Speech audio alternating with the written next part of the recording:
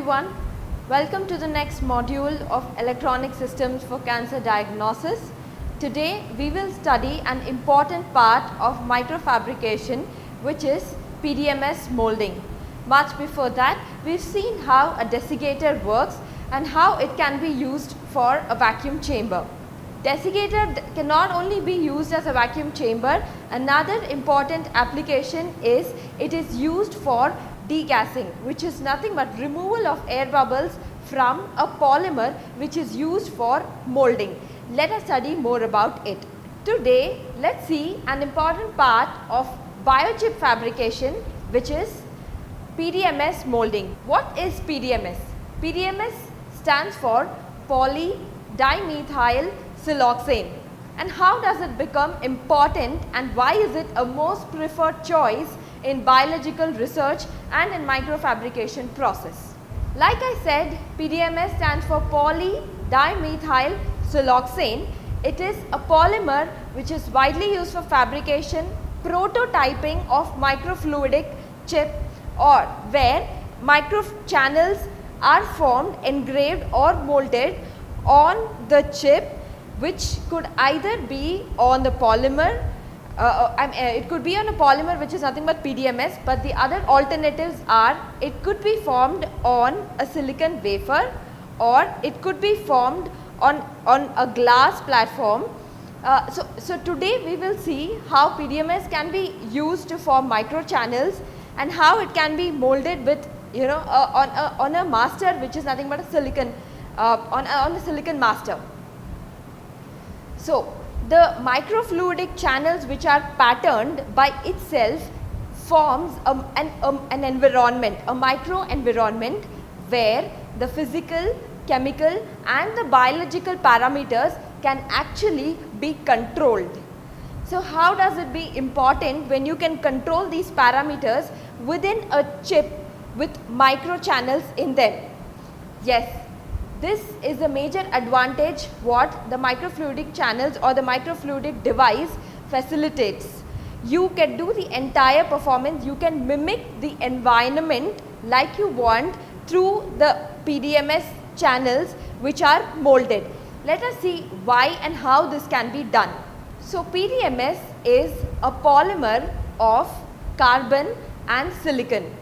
For fabricating microfluidic devices, PDMS is formed by mixing 10:1 ratio of the polymer with a cross-linking agent. That is, you mix the silicon polymer with a cross-linking agent, and there is a change in chemical properties which we would see how it would benefit us.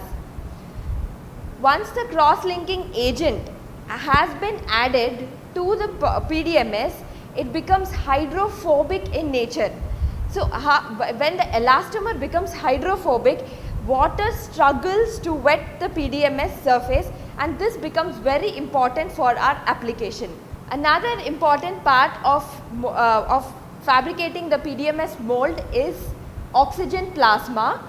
More about oxygen plasma can be discussed later, but let me tell you in short what is the purpose of oxygen plasma. Plasma by itself gives the meaning a plasma chamber where oxygen is supplied in order to change the surface parameters of the device which is exposed to the plasma. Let us see how this will be used to change the surface chemistry of our device and how plasma bonding happens.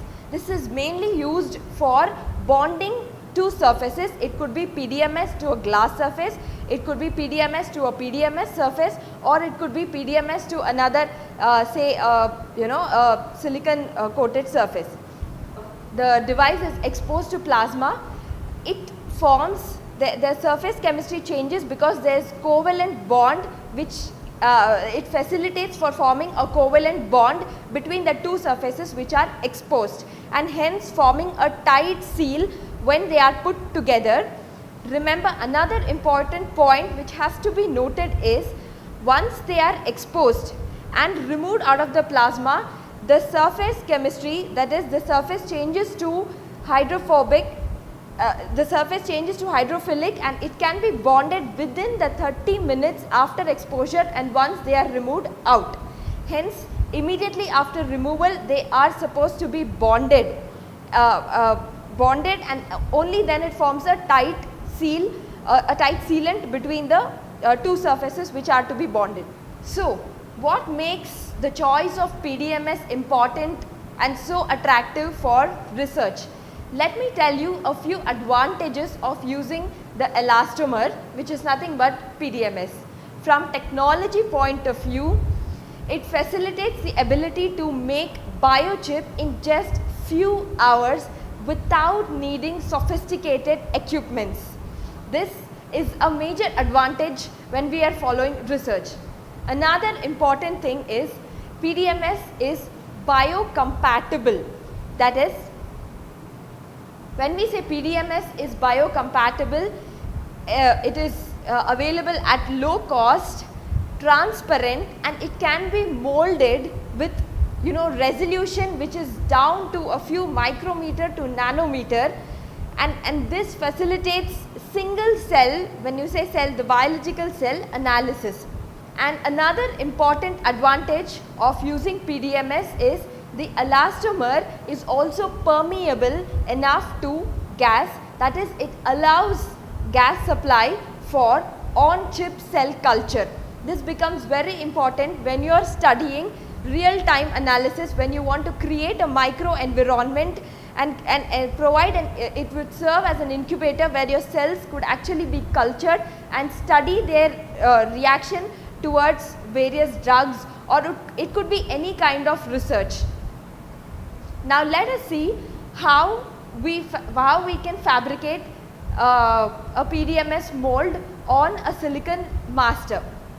So now we have Suman, who will help us understand how a PDMS mold can actually be prepared. As you can see, there is silicon elastomer, which is nothing but the PDMS. Like I explained, the polydimethyl siloxane, and the one beside it is the curing agent, or also known as the cross-linking agent. When both of these are combined in the ratio 10:1, the properties of it or the mixture actually changes and they become hydrophobic in nature. So now let us make a PDMS mold using 25 ml of silicon elastomer and 1%, that is 2.5 ml of the cross-linking agent will be taken. Always ensure you make gloves and you are wearing a face mask, because you don't want them to contaminate your hands, and always prevent inhaling these, because the mixture could release harmful gases in the air which you should not inhale. Hence, ensure you wear a face mask and keep them away while you are doing the process. So, once he measures 25 ml, the cross-linking agent, which is 2.5 ml, will be added. Another alternative is, when you do not have a container which has scaling like this, you could even use a weighing machine where you can use a cup and then weigh them as per grams. Say you are using 5 gram, say 10 gram of PDMS, then you could add 1 gram of elastomer and then measure them in weight and then mix them thoroughly.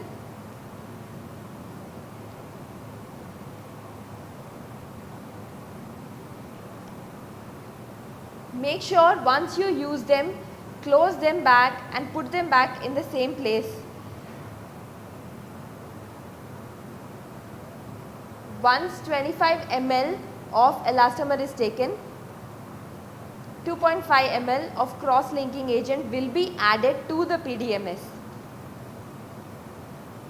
So, when we add this in 10:1 ratio.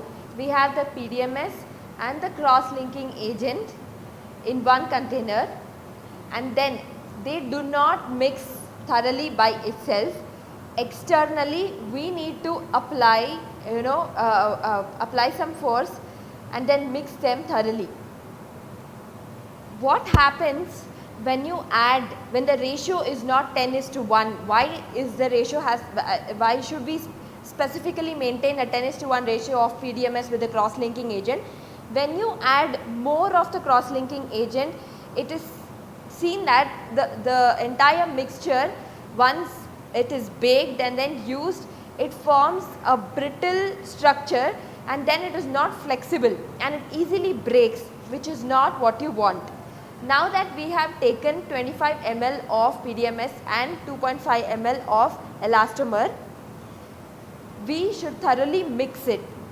Like you can see, now you can see the PDMS and elastomer mixture. Now make sure you thoroughly mix the entire mixture. It takes a lot of effort needs to be put because this is a thick viscous mixture. It does not form a uniform mixture easily. Hence it nearly takes, for this amount of quantity, it nearly takes 15 minutes to form a proper mix. And as you can see, there are a lot of air bubbles which are being formed as he stirs through the mixture. As you can see, he stirs the mixture thoroughly, and while he does that, there are a lot of air bubbles which are generated. All of this is a process. Through the process, you can see there are a lot of air bubbles keep getting formed, and you have to continue this process for this amount of quantity for nearly 10 to 15 minutes for it to form a clear liquid. Once the mixture is added, now you can see we have almost mixed it for 15 minutes thoroughly. And if you could show how the viscous liquid now looks like you could see closely, there are a lot of bubbles which are formed. Now after a thorough mixture for 15 minutes, you could see how the thick viscous fluid which was initially added is now a mixture, a perfect mixture. Both the elastomer and the cross-linking agent have thoroughly been mixed, and you can see almost a lot of bubbles, air bubbles which are formed, which got formed while we do the mixing process, and this went on for almost 15 minutes. A thorough mixture is necessary to get a proper uniform mold. Now that this is done, we would take this, remove. Now how do we remove the bubbles? Each of this bubble has to be eliminated from this mixture, because we are working, always remember, we are working with channels which are micro and nano meter in length.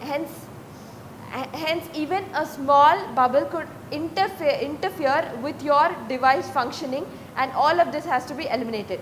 Now how do we remove this? We use a desiccator to remove the air bubbles from the mixture. Now let us take the mixture and put it for degassing in a desiccator. Now Suman takes a desiccator, places the mixture into the desiccator. Like I said, even if you do not have tubing which has markings like this, you could always use a use and throw container, weigh them and put the mixture into the container and put it in the desiccator. Now we have placed them in the thoroughly mixed fluid inside the desiccator. Now that it sits properly, let us close the lid and apply vacuum to the chamber.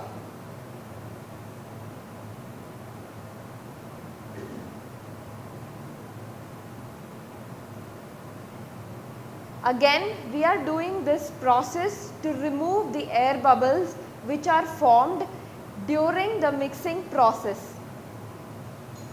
Now that we have put the mixture inside the desiccator, let us use the vacuum pump to create vacuum inside the desiccator. Now, Suman would show you how the vacuum pump tubing would be connected to the desiccator.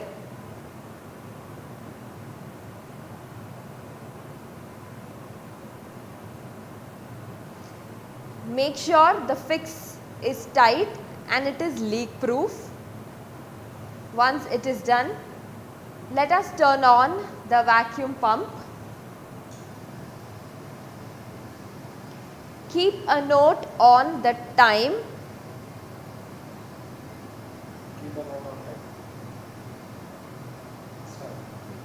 Keep a note on time during the entire process. Now approximately the degassing would take 5 to 10 minutes for removing the entire set of air bubbles.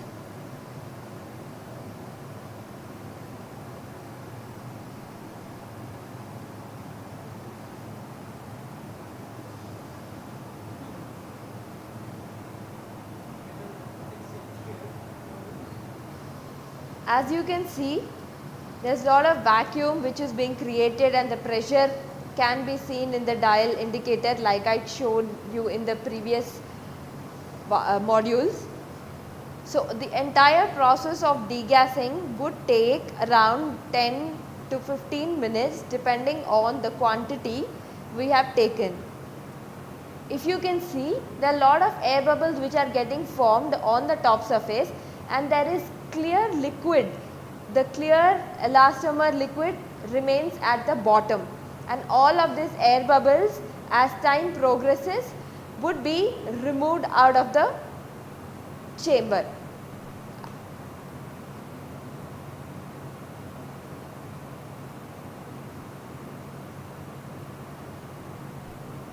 As you can see, the air bubbles which are getting formed are slowly being degassed. Always ensure the container what you are using is clean and free from dust. If needed, you could wash them thoroughly with water. You could even use acetone followed by IPA, which is isopropyl alcohol, and then you don't want any alcohol remains on the container which you would be using in future. Hence, you use nitrogen gas to remove any remains of the IPA. Each of this has to be done to ensure you are having a clean surface which would be used either to mix the mold or which could be used to store or make the PDMS devices.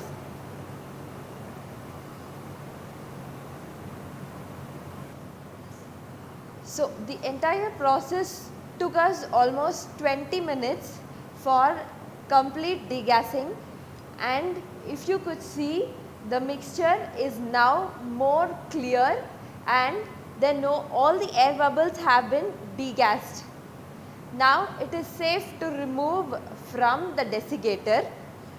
So, let us carefully release the vacuum that has been formed. So, we slowly open the valve and degas it. So, once the micro pump has been switched off, turn on the valve and then slowly degas it.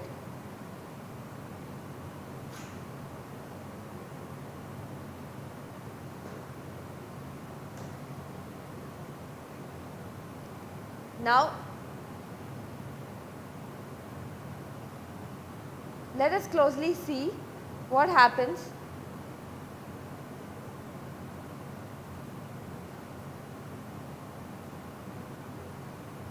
Yes, as you can see, once the degassing has been done, if you can hear the noise, all of that is the air which is going inside.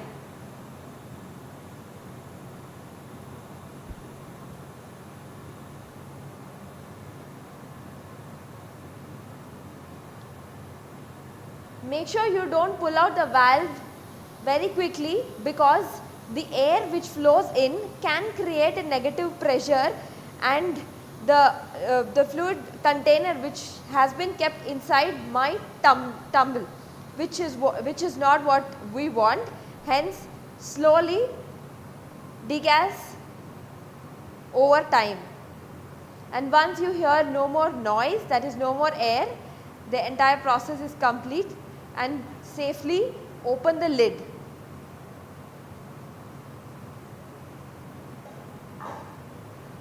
So, here we have a clear mixture of PDMS and the elastomer. The curing agent and the PDMS have been thoroughly mixed. So, what do we do once the mixture has been completed, mixed and degassed? We put this mixture, as you can see, the clear mixture in Suman's hand. Now, let us pour it into the silicon master what we have already had. So, an experiment had already been conducted, and just to educate you guys how the mixture, how PDMS molding is done, let us reuse this. As you can see, the one in his hand is a silicon master mold with fine channels which has been engraved using lithography. So, now he pours in the clear PDMS mixture onto the mold. Now, the clear mixture can be poured onto the silicon mold what we already have. So, make sure when you pour, you are very close to the master mold, because when you maintain a lot of distance, see when you are pouring it from a height, and there is lot of distance between the liquid and your silicon wafer which is at the bottom. This interface, when it is long, could actually create bubbles. So, you do not want to invite more air bubbles into the PDMS mixture which has been created. Now that we have safely put the entire mixture into the mold, make sure there are no air bubbles which are formed. In case there are bubbles formed on the surface, you can still remove them using a needle.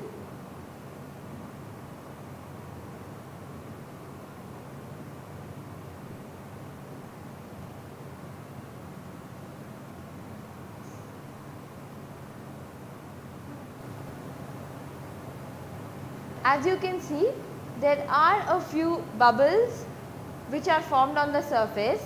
Each of these can be removed using a micro needle. You could either bubble them out, blow them out, or you could push them to push them aside where the device, apart from where the device is present. As you can see how Suman is actually pushing away the bubbles which are just above the surface of the device, because that part is what becomes important to us. Now that we have removed all the bubbles, this goes straight into an oven which is kept at 70 degrees Celsius, and then you have to heat it for almost 2 hours.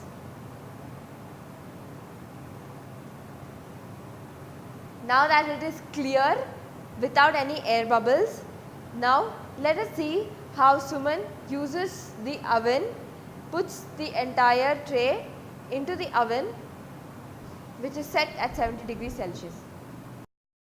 Now let us use the oven which is set at 70 degrees Celsius. Suman, if you could please turn on the oven.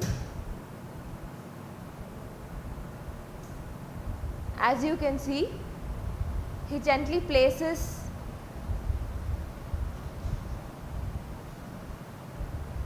the tray into the oven. So, we need to bake it at 70 degrees Celsius for 2 hours. Time and temperature accuracy is very much vital while you bake the PDMS mixture. That is because when you overheat it or when the temperature goes beyond a limit, it is it is seen that the mold becomes more brittle, and while you perform experiments or even while you cut them off, it is seen that they easily tend to break through. This is not what you want. You want a perfect elastomer, highly elastic in nature, and that is obtained when you use the optimal temperature and for accurate time, which is 2 hours. So, now that we have seen how the PDMS and the cross-linking agent has been mixed thoroughly in 10:1 ratio, degassed and then put in the oven for 70 degrees Celsius for baking. Now, once that bakes for after 2 hours, you take them out safely and then you use a surgical knife to cut through, and your device, and you could see the channels which were there on the silicon master actually gets engraved onto your PDMS mold, and then you have the device which is ready, can be bonded to any other surface and perform tests. Now that we have to wait for another 2 hours for it to bake, now I will show you few other devices which we have fabricated before, which can be used. You can follow the similar procedures apart from the plasma bonding and then do the test. So, I will clearly explain how this device has been fabricated. Initially, this what you see in my hand is the mask. So, what we have here is a 5 mm dia inside channel and the inlet which is here, and this is the inlet and this is the outlet port. Each of this is 2 mm in dia, and this is a membrane, a sink like structure which is 5 mm, and this is the mask which can be used for photolithography. This is the mask which can be used for lithography in order to have this being developed on your PDMS, the fluid. This is one such device which is in my hand. So, what are these? These are the inlet and the outlet ports. This is the tubing which is approximately 1 mm dia. This tubing goes into this PDMS mold which you can see, and there is 100 micron channel which is actually difficult to see through naked eyes, but there is a 100 micron channel which goes through the inlet and the outlet port, and this PDMS channel has been bonded to this glass wafer what you can see here.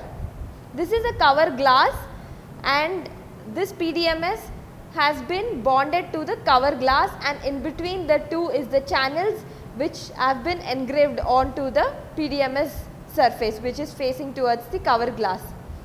So, ensure even before you bond the two surfaces, both these surface, once this device has been fabricated, you cut through the device using like the one which we put in the oven, you use a surgical blade to cut through your device, and once that is in your hand, you make sure you clean it thoroughly. And how do you clean them? You wash them with acetone followed by isopropyl alcohol, and once acetone and IPA has been done, immediately use nitrogen gas, blow nitrogen air onto the surface so that you do not want the alcohol stains on your device. So, once both, in my case I am bonding this device to the cover glass. So, both of this will be cleaned with the procedure what I have shown. So, once both these devices are cleaned, so you have this plasma bonding which you use to bond, to form a covalent bond between this and this. So, we use oxygen plasma chamber where both of these devices have been exposed to the oxygen plasma for around for around 5 minutes, and once that is done, you pick them up, and then even before few seconds after removal, make sure you bond them thoroughly. Like I said, mentioned before, the surface properties changes and it retains only for a very short time once they are removed out of the plasma chamber. Once the bonding is done thoroughly, and then you have these tubings which are inserted, and then you flow fluid through these channels. Like I said, this is just 100 micron channel, and then you could imagine the amount of fluid which can be flown into this, and this can be replicated to the biological cell, because even our cells are micrometer in scale, and you could use this to form a replica to mimic a biological environment. So, in this case, if I don't want to flow liquid in a continuous fashion, I can as well just use a surgical, just use this syringe which is in my hand, and then pump DI water into this. Just to test your device, you can flow it through one channel and then see the continuity of the channel, and then you will see the liquid coming out of the outlet channel. In case there are leaks, then you would see water flowing out of these. If the bonding is not proper between your PDMS and the cover glass, then you will see water coming, the DI water would leak through between the two surfaces, and hence you could again remove them, again expose them to oxygen plasma and then bond them, and then do the same procedure to check for leak proof bonding between the two. So, this was one such device, and this was the procedure. So, this is for a later use. So, I have made the PDMS, once the PDMS device has been molded, this is the step 1. Once I take it out from the oven, I cut them to the surgical blade and immediately clean it with the procedure what I mentioned below, and then what if I have to use it for a later purpose. So, after cleaning has been done, what I have done is I have used a scotch tape and closed and covered it thoroughly. This is the scotch tape. Let me remove it.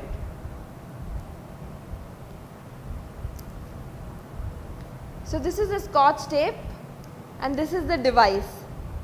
Just to ensure you don't want tiny particles or contamination on your device and you can use it for a later use, cover it with a scotch tape when you want to use them in future. And then, like I showed you, I've had an inlet outlet channel. Like I showed you, there is the mask which I had an inlet outlet membrane, and then there is a central channel.